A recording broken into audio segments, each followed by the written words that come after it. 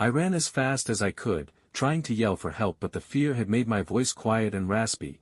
I ran along the river bank and I could hear the heavy breaths and the stomping feet from this thing right behind me. I made it onto the top of the river bank, but it grabbed a hold of my leg as I jumped up.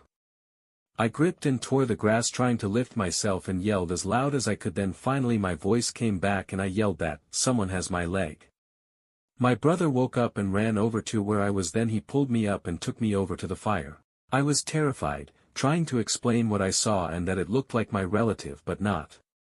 I was trying to convince them that I wasn't seeing things, but my brother nodded his head and said, "I saw it too, I know."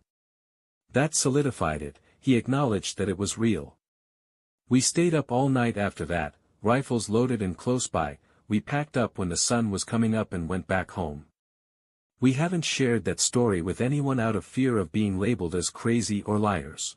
I've had nightmares and couldn't sleep for months afterwards, would see things/dark figures looking into my window or hear whispers when I was walking home at night. Eventually I was seeing this dark figure daily. I went to medicine men/shaman for help, but I've learned that the ceremonies only relieves it temporarily. Friends have given me everything from protection pouches to certain crystals. I found out that there's a strong possibility that I encountered a Wendigo. I learned that if you encounter one and survive, it attaches itself to you like a parasite. I learned that it could only do this if it touches you, which it did. Ever since that night, I've been on edge when I enter any forest or wooded area, which sucks because I loved being outdoors/hunting and in nature. Now I always feel like I need to keep my back against something when I'm out in the wild. Anyways, make your own conclusions about this.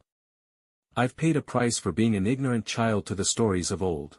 They are real, I can attest to that. Stay safe everyone.